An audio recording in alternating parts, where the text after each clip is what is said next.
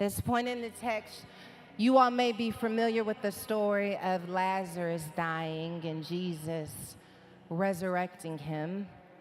There's a lot of context to this particular moment in the text, but as I always do, I'm going to ask that those of you who know the end of the story suspend the knowledge that you have to, for a moment, join Martha and Mary in the unknown of what's going to happen. Sometimes when we know the ending, it takes away from the impact of the process. And yet when we find them in this text, they don't know what the end is going to be. I'm in John. I start at verse 20 from chapter 11. Martha and Mary sent for Jesus. They were friends with Jesus. And so when their brother, come on, all the church girls are standing for the reading of the word. And I know y'all's feet hurt. Thank you. Martha and Mary are friends with Jesus. They think to themselves, I'm in trouble, but I have a friend who can get me out of trouble. I can't imagine what that was like, to be friends with Jesus in such a way that you think, surely my trouble, my emergency will be his crisis and he will respond. They send word to Jesus, but Jesus doesn't respond. And because Jesus doesn't respond, not only are they dealing with the grief of losing their brother, they're dealing with the reality that this connection they thought they had with Jesus is not as strong as they thought it was. She's trying to figure out why he didn't respond when she reached out to him. Jesus begins to head to where they are, and Martha meets him there. It says, now Martha, as soon as she heard that Jesus was coming, went and met him. But Mary was sitting in the house. Now Martha said to Jesus, Lord, if you had been here, my brother would not have died. But even now, I know that whatever you ask of God, God will give you. I want you to understand that when she says this, she's not saying, okay, God, so now you can bring my brother back to life. What she's saying is, I'm trying to make sense of this reality that you had the power but didn't use the power. I know that whatever you ask of God, he'll do. So I'm trying to figure out why you didn't respond to the thing that I need. And Jesus says to her, your brother will rise again. And Martha says to him, I know that he's going to rise again in the resurrection at the last day, but I needed you to bring him back to life 4 days ago. I needed you to keep him alive.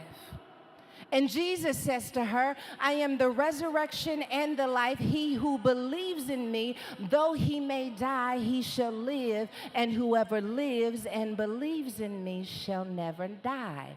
Do you believe this? And she said to him, yes, Lord, I believe that you are the Christ, the Son of God, who is to come into the world. And when she had said these things, she went her way and secretly called Mary, her sister, saying, the teacher has come and is calling for you. My subject is the moment of increase. Spirit of the living God, there is no way in the world I could do this without you. And even if I could, I wouldn't want to. God, the fact is that I got nothing but you. So this is my offering. I lay it all down. These are your daughters. Take them to places only you can take them. Give me divine insight, wisdom, and prophecy that makes it clear that it is not me at all, but it is you calling them to a deeper place in you. God, I pray that at the conclusion of this message, that they will walk out lighter than when they came in, that their faith will be stirred up, and that me, myself, I will be reminded that you don't need my plans. You just need my surrender. In Jesus' name I pray. Amen. Oh, Lord, help me. Early on in our lives, like in the infancy stage of our life, whenever there are doctor's visits, the doctors ask certain questions, and the questions are meant to check our development. They ask things like, is the baby's head sitting, can the baby sit up on his own? Is the baby able to handle the weight of his head? Is he rolling over? Is she scooting across the floor? Because what they're looking for are milestones of growth and development. If they have these particular milestones of growth and development, it's a sign that they are maturing biologically in the way that they should. That is usually just biological and cognitive development. But then when we go to school, they're not just looking at our cognitive development, they're also looking at our emotional and social development. They start looking at things like, how well do you play with other children? Do you respond? Do you listen? They're checking to see, are you developing appropriately for as other children in your age group are?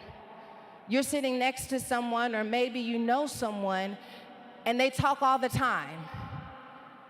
They didn't just find out that they talked all the time. When they were in second grade, the teacher left a comment on the end of that report card that said, "This one got a mouth on her." Because as a part of their process, they're checking to see how you develop. They're checking to see, do you share with others? We've been introverted our whole lives. We never wanted to be in the middle of the group. We never wanted to share the toys with everyone. We wanted to be by ourselves with our own snacks and with our own toys. This is the way that we have always been. And there are usually signs throughout our development that shows who we are when we mature. And interesting happens, though, when you begin checking enough boxes. When you start checking off the biological boxes, the cognitive boxes, they stop asking these questions.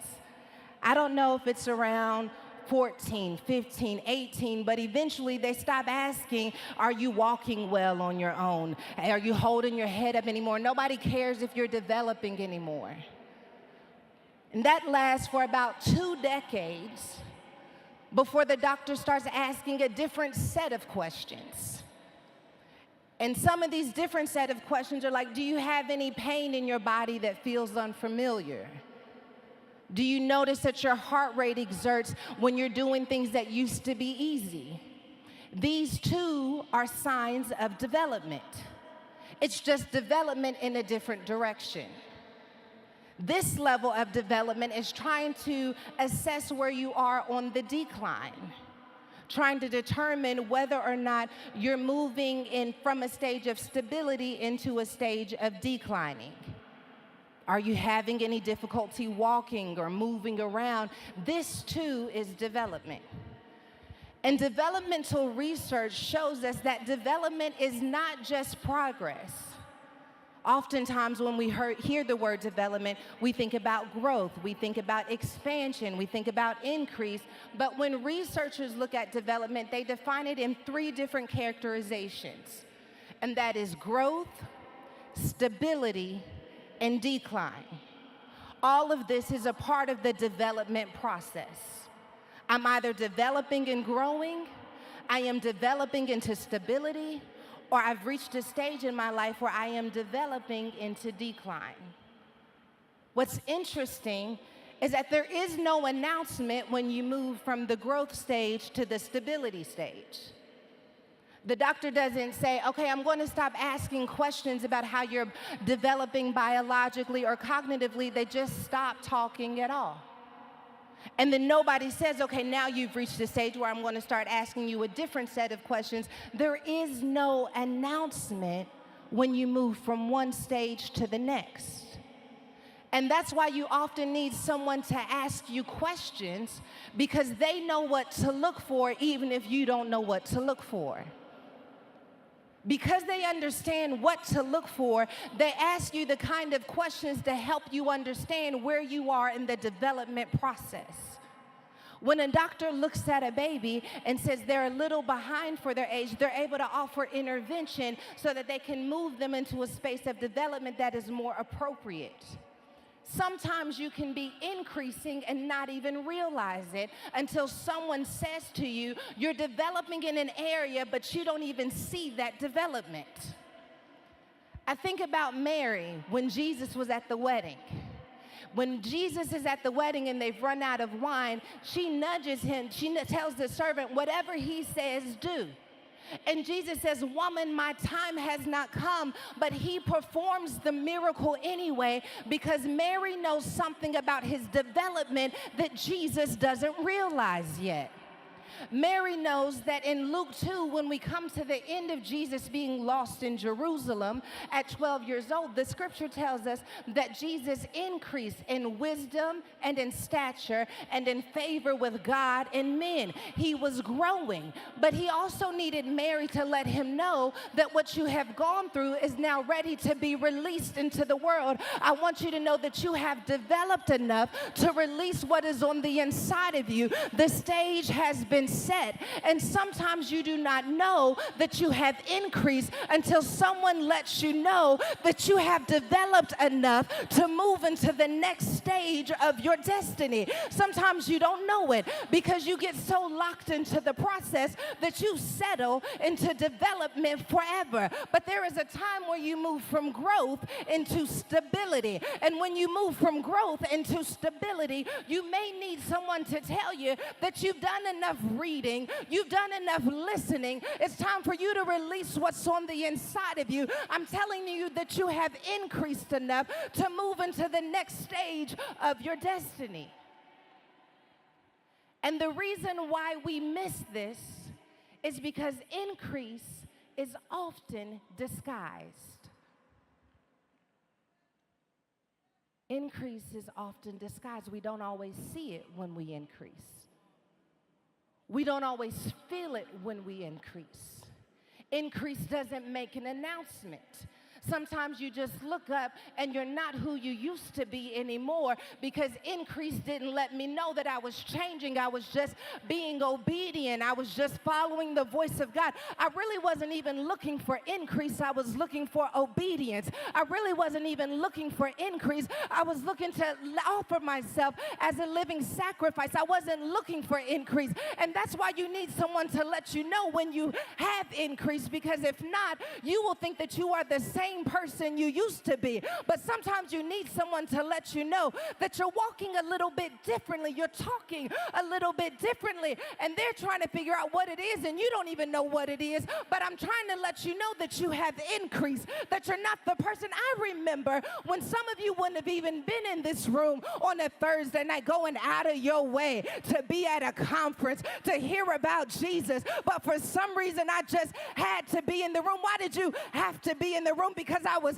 increasing. God's been calling me into something. He's been moving me into something, and I've increased in such a way that this is the only place I want to be. I could be anywhere in the world, but for some reason I want to be in a room with a few thousand other women lifting up the name of Jesus, which is crazy because I used to want to be out with a few hundred people doing some things that we won't even talk about. And I can't tell you how I went from there to this, but I think God must have increased me. I need someone to get a revelation in this room that this is not your first time surrendering, that you have surrendered in the past, and that's why you're in this room in the first place. There are some women in this room who know a thing or two about surrender, and when you surrendered, God increased you on the low. When you surrender, God says, now I can pour more trust in you.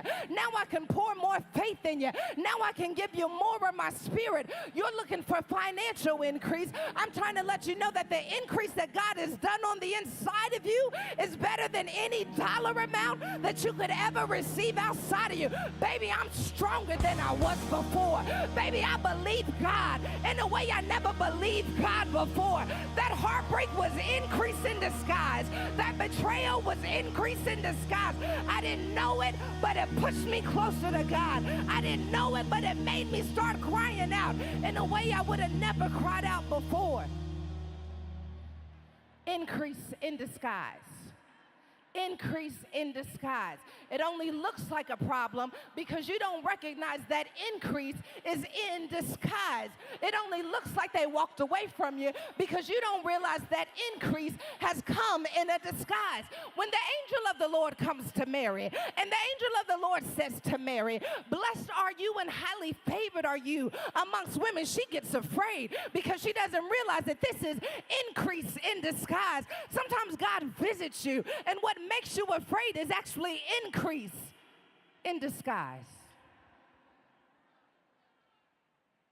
The bush is burning. Moses turns away. He doesn't realize that it's increase in disguise.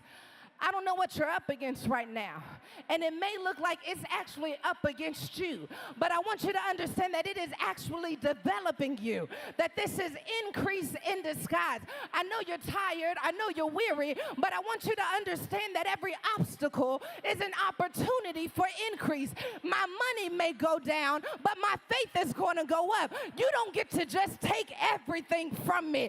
God, if I have received a deficit, show me where the increase is, because I know you wouldn't leave me with less than where you met me. So there's got to be increase somewhere. I want to talk to somebody in this room who's felt like they've been robbed, who felt like something was taken from you. And I want you to understand that God would not allow something to be taken from you if he didn't know how to multiply you in such a way that what was taken from you changes who you are on the inside and you become increased.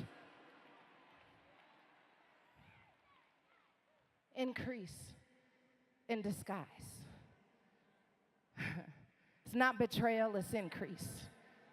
It's hard, but it's increase. It's going to take everything you got, you're right, because it's increase. And you want it to take everything you have, because when God gets ready to multiply it, you don't want to have withheld anything. God, I'm going to lay it all down. I could hold half of it back, but I'm going to lay it all down, because when I give it to you, there's increase. Increase is often something that we just step into. And when God sends someone to push us, he's also helping us to realize that there are some people who see you better than you see yourself. And even if they don't know who you are, God knows who you are. Can I tell you a little something about increase in disguise? Increase in disguise will have you looking at a shepherd boy with a lunchbox, thinking that he could not possibly run up on Goliath, saying to him, you should go back to the field and let the big, strong, bold people take care of this giant. They said he wasn't enough. God says this is increase in disguise. See, there are some people who may look at their situation and think, Lord, this is not enough. But God says you are increase in disguise. Don't expect for them to see what God sees.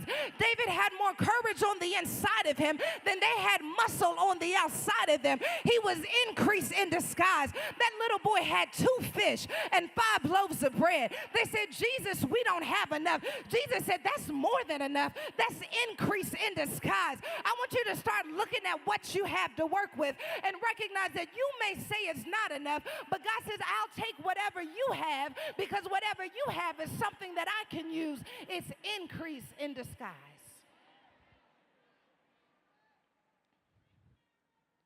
Something happens when we begin to recognize that it's possible to move from one stage to another stage and never realize it. I don't know what's scarier, not realizing the moment where there has been increase in disguise, or missing the moment when I begin to decline. I think I'd rather miss increase than to miss decline. David, this warrior, this man after God's own heart, would not fight a battle without asking God, shall I go up? Some kind of way, this same person who was so committed to following the heart of God finds himself in a situation where he is home from battle.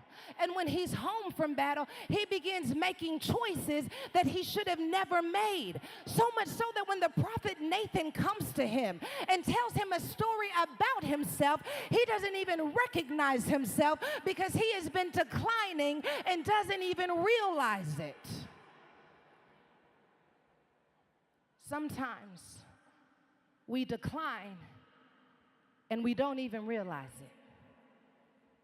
We're shocked to find out that while we were so busy producing, so busy people pleasing, so busy showing up, that they were getting the results, but we were getting the decline. I don't know what's worse.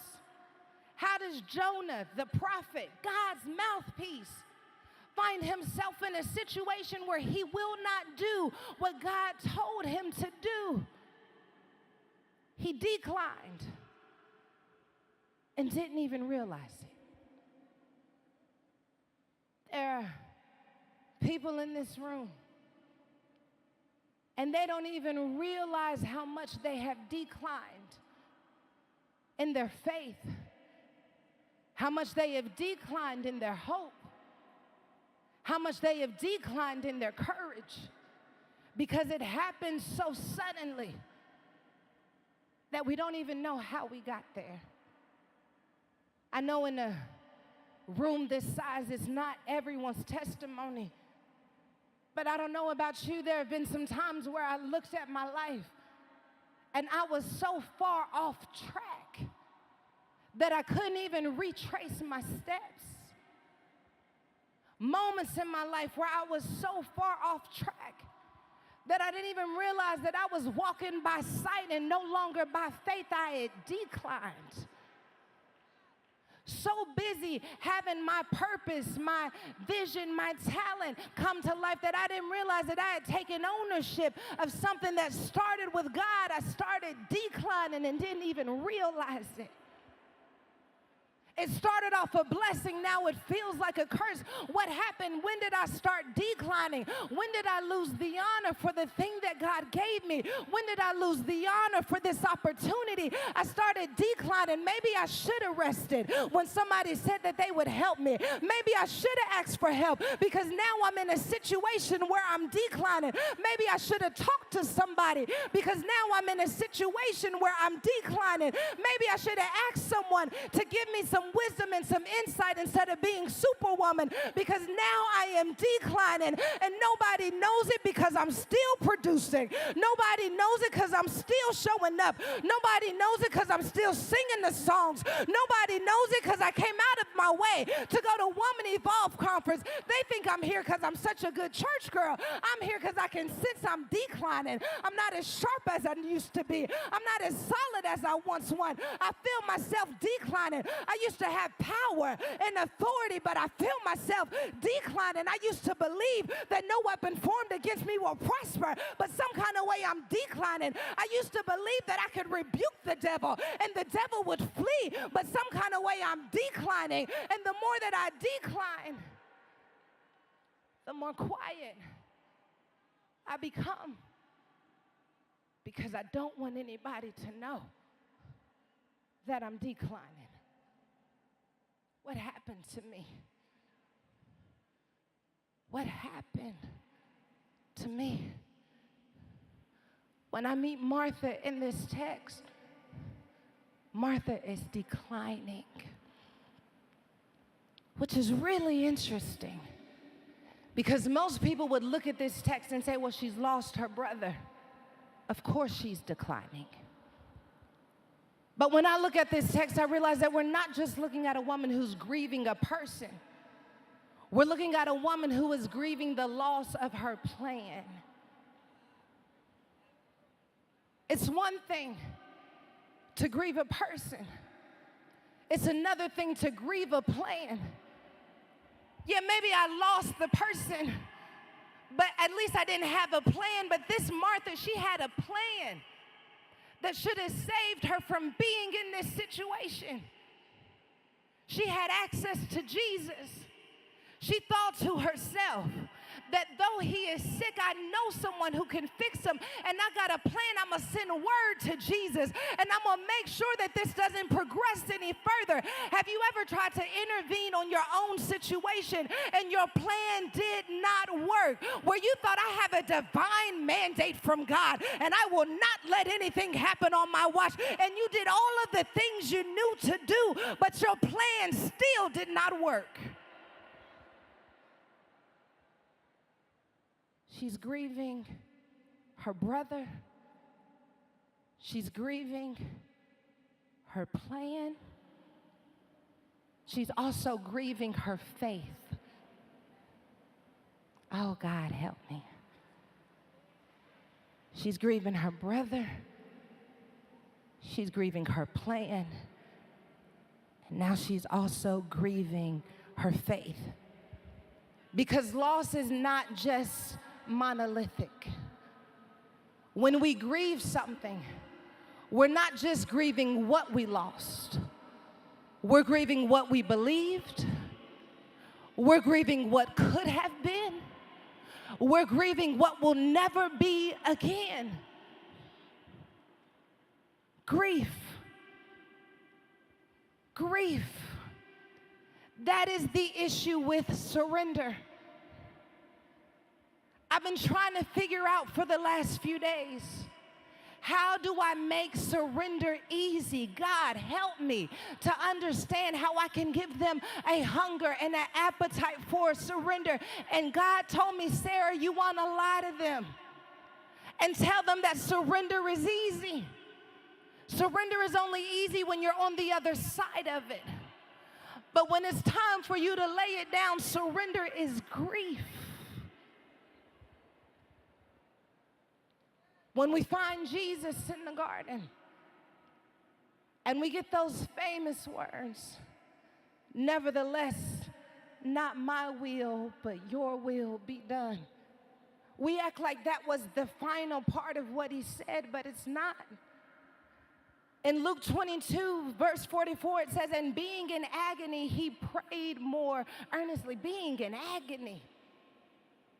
He said it. But he said it from a place of agony. Because if you are waiting for surrender to be easy, you will never lay it all down. You have to be willing to grieve that thing that must be surrendered. People ask sometimes, why can't you just get over it? Why can't you just get over it? You don't understand that in order for me to get over it, I would have to create a memorial service for this thing. I got to make preparations to lay this thing down. You don't just come into a space and lay down something that you thought would save your life, something that you thought would be your destiny, something that you thought would make the difference in your life. You don't just lay that down easy. It takes a certain level of grief connected to that. And what I love about Martha in this text, when she comes up to Jesus, she asks Jesus, she tells Jesus, if you would have been here, my brother would not have died. What I hear Martha saying is, if you really cared about me, you would have responded to the thing I asked you to do. What she doesn't realize is that she wants to know if God cares about her. But what Jesus wants to show her is it's not that I just care about you, that I want to care for you, that I want you to understand that caring about you makes it seem like, am I anywhere in his perspective? But when you recognize that Jesus wants to care for you, you recognize that no, I didn't necessarily come when you wanted me to, because I had a plan that was bigger than you could have imagined, but I came right here, right now, because I can care for you in such a way that makes you realize that I still see you, that makes you realize that I still have a plan. If you could get over not being cared about, you will begin to know Jesus as the one who cares for you. I want to care for that broken heart. I want to care for that disappointment. I want to care for that discouragement. How do I care for it? I want you to know that I'm coming to get it. I'm coming to get that grief. I'm coming to get that disappointment. I'm coming to rectify the situation. I didn't intervene when you wanted me to, but I did not ignore you altogether because I care for you. I care so much for you that I took the time to have an exchange with you. You have to understand that Jesus did not have to tell Martha. He didn't have to have this exchange with Martha. Jesus could have walked right past Martha and went straight to the tomb and brought Lazarus back to life. But because he cares so much for her, even though he knows that he has a plan that's going to help her, he cared enough to take the time to hear your disappointment. He cared enough to take the time to hear your discouragement. I don't need any perfect Christians who make it seem like, oh, he's been good to me every single day. Maybe he has been good in hindsight, but there have been some moments where I wondered if he was still going to be good to me. There have been some moments where I felt like he forgot me. I learned after the fact that he didn't leave me nor forsake me, but in the moment I felt like he wasn't going to show up. God, if you had been there, I would have never been touched. God, if you had been there, I would have never gone through that divorce. God, if you would have been there, I would have never gone through that betrayal. God says you can go through it because by the time I get finished taking care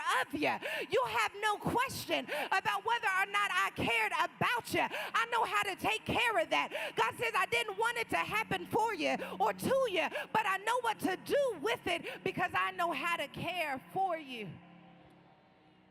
I know how to care for you. In a room full of 40,000, I know how to care for you. I know how to care for you in a way that your friends could never care for you. I know how to care for you in a way that your mother could never care for you. I know how to care for you in a way that you don't even know how to verbalize. You serve a God who will go out of his way. He'll stop in his track to make sure that you are seen about because he cares for you. And when we see Martha having this exchange with Jesus, Jesus is revealing to her that I didn't come when you needed me to, but I got a plan in the midst of everything that's happening. What I love about this is that Jesus doesn't try to convince her to not grieve. Jesus doesn't tell her to just get over it. Jesus starts asking her questions about what she believes. This is important because I need you to understand that in moments of grief, when it will not let go of you, the only thing you may be able to do is grieve and believe at the same time. Oh, God, help me to say this real good. Jesus doesn't strip her of her grief. He says, you can keep your grief. I want to know what you believe. Because if you can grieve and believe at the same time, then I need you to understand that your belief will overwhelm your grief. I don't even need to attack the grief. I need to focus on your belief.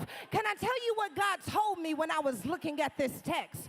God told me that when he was talking to Martha, that he needed Martha to believe on a different level. Oh, God, I feel my help coming.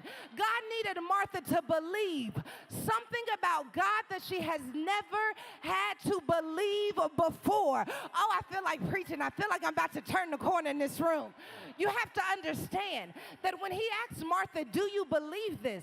That Martha starts repeating Pharisaic belief. Yes, I believe in the last days that he's going to come back. He says, no, I have a new belief. You're going to have to believe something about God that you have never believed before. This is not a season for recycled belief. If you are going to break out of your grief, if you are going to break out of this situation, you are going to have to believe something about God that you have never had to believe before. God, I wanted you to be here, but if you didn't show up, maybe you are increasing my belief. I'm going to have to believe that destiny is not ruined. I'm going to have to believe that you can heal me and restore me. I wanted to believe that I would never go through it, but now that I'm going through it, I got to believe that you'll get me through it. I got to believe that you'll give me wisdom. I got to believe that you'll give me strategy. I got to believe something about God that I have never had to believe before. I don't know who you are in this room, but I hear God saying that you're not going to get the job done with recycled belief. I need you to put your grandmother's faith down. This ain't a job for your mother's faith. faith. This ain't a job for your pastor's faith. This is a job for new faith. This is a job for new belief. You're going to have to believe something, that the debt is already paid, that the mortgage is already sealed. You're going to have to believe something about God that you have never believed before, that I am never forsaken, that I may be alone, but I'm never lonely, that there are angels watching over me. You're going to have to believe on a different level. God says if you're going to have breakthrough in your life, it's not going to happen because you just stayed seated in your grief. Baby, I'm grieving, but I'm also believing. I'm still believing that I got a shot. I'm still believing that my best days are ahead of me. I still believe. I still believe. I'm not saying it didn't hurt. I'm just saying I still believe. I'm not saying you didn't break me. I'm just saying I still believe.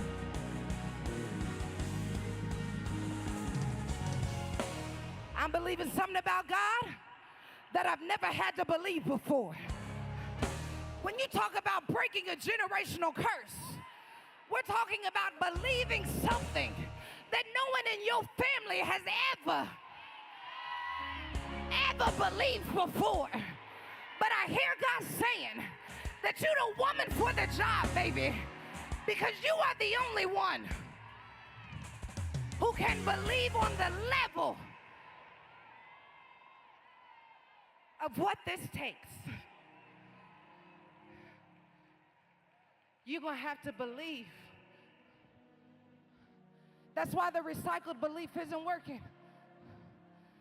That's why those same old prayers don't have the power they once had. That's recycled belief.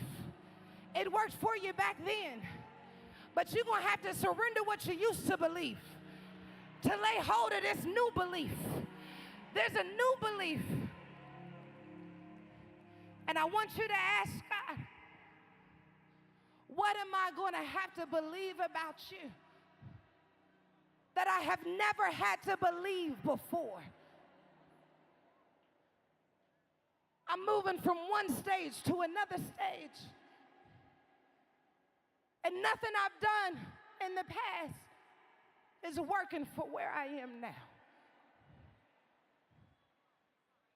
I'm going to have to believe something about God that I have never had to believe before. I'm going to have to believe that I can make it in this world without that person I wanted here. I'm going to have to believe something I've never had to believe before. I'm going to have to believe that I can do this by myself if I have to. I got to believe something I've never had to believe before.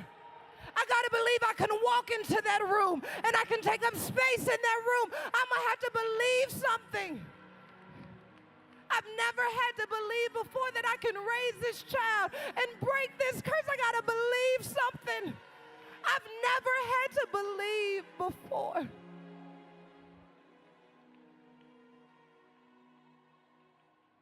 I ask God, this message has been so heavy on me. Oh, God. I've been waiting on that sound, because that's the sound of grieving and believing. That's the sound of though he slay me, yet shall I trust in him.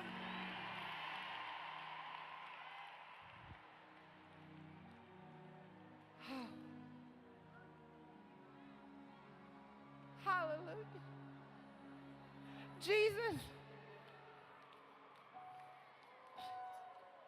Jesus said something to Martha that he doesn't even say that often in Scripture. Jesus, for the most part, says, who do men say that I am? He never fully owns who he is except for in a few particular moments. And in a moment where this woman is struggling to believe, God says, I'm going to show you something about me that nobody else sees. He gives a moment of her greatest disbelief. He gives her a revelation that's disbelief. He gives her a revelation that even the most faithful don't get to hold. He says, I am the resurrection and the life. You have to understand that everything that Jesus did was about sticking and moving. He doesn't go around talking about who he is. He just embodies who he is. But because this woman is struggling so much, he says, come here close to me. I'm going to tell you who I am. God, show this woman who you are in a way she can't deny. Because this woman's got to believe something about you that she's never had to believe before. And she can't do it on the outskirts of revelation. She needs a personal encounter. Because what she's going to have to lay down, her plan, her idea of what her life should have looked like, her idea of where she should be by now, or what the kids should be doing, or where the man is or isn't, the addiction. She wants to be clean. She wants to be sober. She wants to be righteous. She's never seen it done before. She's going to have to believe something about you that she's never had to believe before. And Jesus gives her this revelation about who he is, because we serve a God who will take us in deeper even when we're trying to pull away.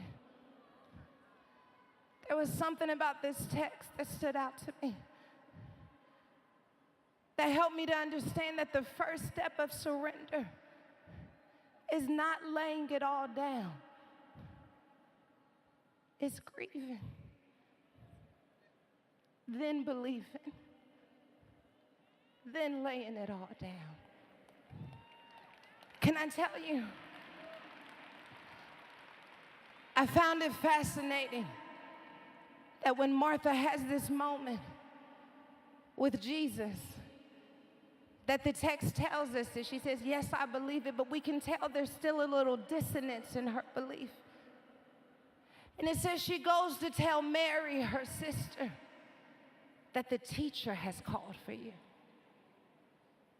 So I went and read again in the book to see when Jesus called for her.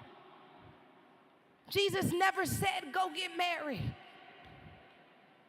It's almost as if when Martha couldn't believe it on her own, that she had to go find a woman who could believe on a level that she couldn't. It's almost as if she needed a sister to go and hear what Jesus had said, because I'm struggling to believe it on my own. But if I get a sister who can believe what God said, maybe she can help me make sense of what's happening in my life.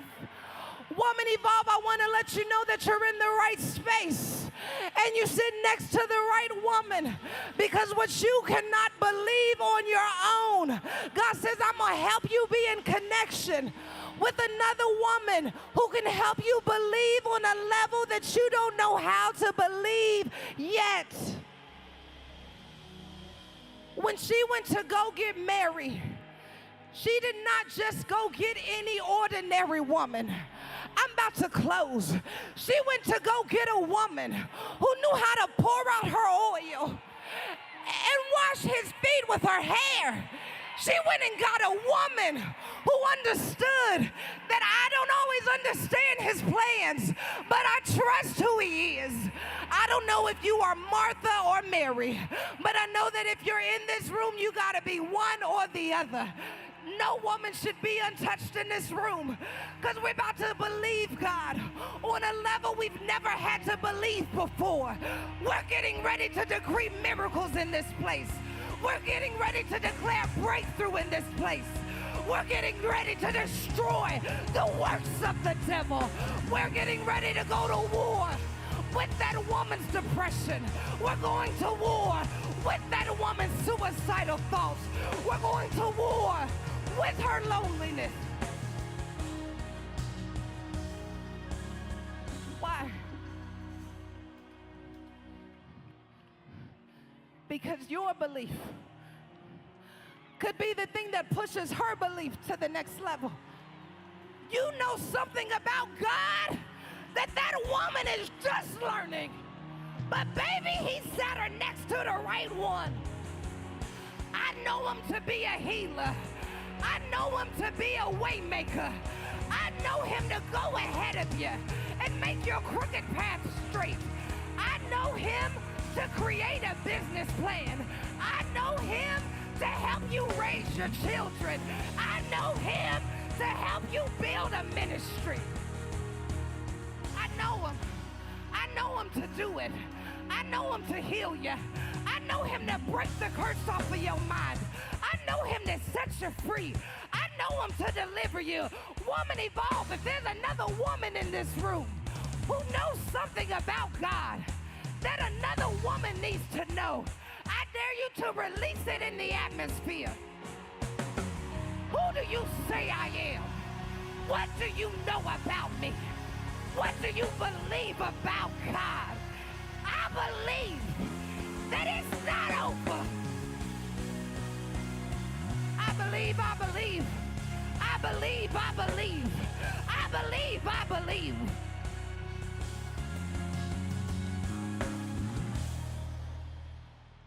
Samantha, come take these shoes off my feet. We got work to do. If y'all gotta go, I know you've been up all day, and I know some of you are ready to go home. But we got a stronghold to break. We got work to do in the spirit realm. Nobody came all this way to stay the same way. Nobody went out of their way to walk out of here believing the way they believed before. I said I'm looking for a woman who's had to believe something about God that she's never believed before. I want to prophesy in this room about the God I know. I can't tell you about Buddha. I can't tell you about Allah. But baby, I can tell you something about Jesus. I can tell you he's the sweetest thing I know. I can tell you that the blood still works. I can tell you. I can tell you that if you knock, he'll answer. I can tell you that if you thirst and hunger for righteousness, that he'll fill you. I can't tell you what I don't know, but one thing I do know is he will back shame up off of you. I know that he will protect you. I know that he'll fill you.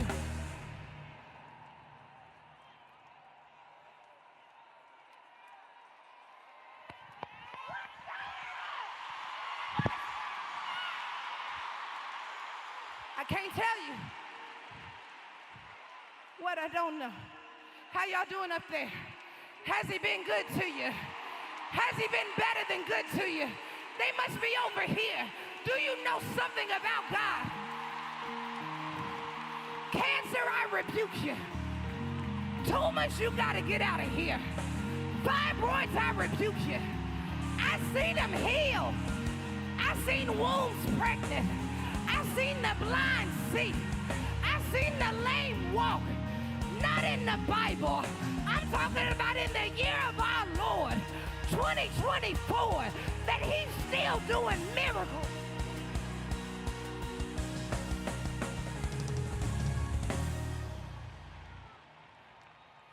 I know he causes all things to work together. I know that. Because there are some things in my life that should have never worked, but he worked them. There's some things that I know that I shouldn't even know. But he made sure I had access to knowledge that I couldn't get from anywhere else.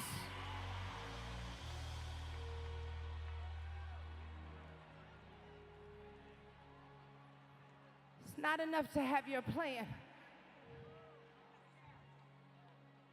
It's not enough even to have your grief. If you don't have belief, fresh belief. I know it cost you to be in this room, but why would you come in this room to have a recycled faith? Why would you come in this room to have a repeat of what you already know? God says, I want to give you something that you would have never had otherwise. I need you to believe God for healing, not just in your body, but in the area where you've had to surrender. I need you to believe not that Jesus cares about you, but that he cares for you. I care for you. I care so much for you, I protected you. I care so much for you, I kept you here. I cared so much for you that I sent that grandmother, I sent that teacher.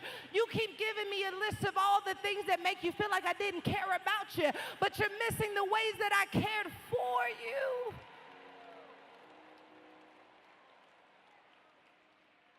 And I didn't just care then. I care now. Martha's trying to figure out.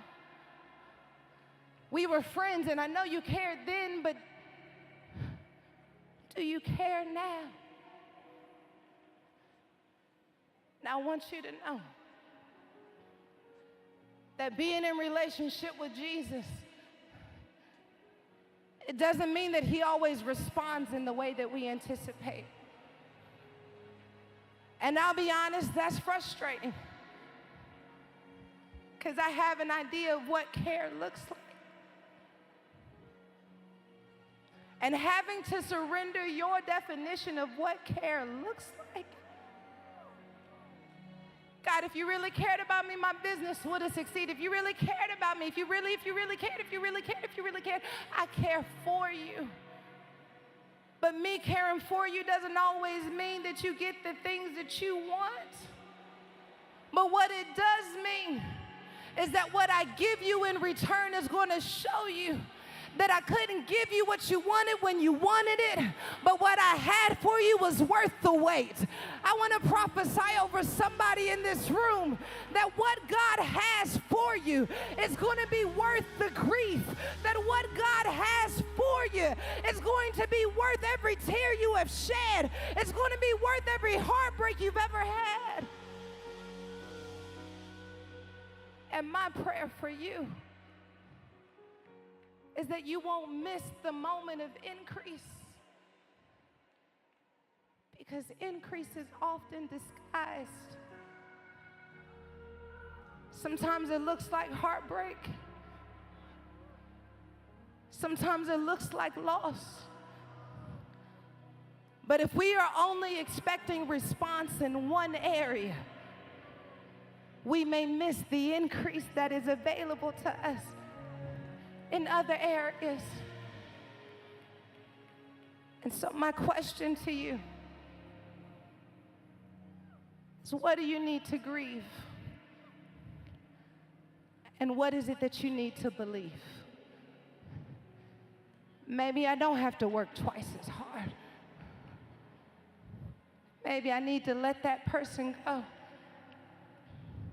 Maybe I need to forgive and let that situation hurt me, because sometimes I'm so tough I won't admit that it hurts, but maybe grieving for me is admitting that it hurts. But don't let the enemy get you stuck in grief. You can grieve and believe at the same time. Your homework for tonight. I'm a college girl, so I can give homework now. Is to offer yourself as a living sacrifice. You're here, we got 1 day down, we got 2 days left. This moment, this weekend is an altar. It's an altar for you to say, not just what do I need to lay down, but also, God, what do I need to pick up? Can you do me a favor and touch the woman beside you? Oh, God. Can you imagine what she's up against? Can you imagine what it is that she needs to believe about Jesus? That she's struggling to believe? I already know, because I know girls like her, because I used to be one of her. She don't even like that you touching her. Oh, y'all need to grow up. I'd rather face this on my own. Don't touch me. You're making me feel things. You need to feel that. You need to let somebody hold you for a minute. You need to let belief transfer in this room. Can you imagine what our collective knowledge of who God is could do in this room?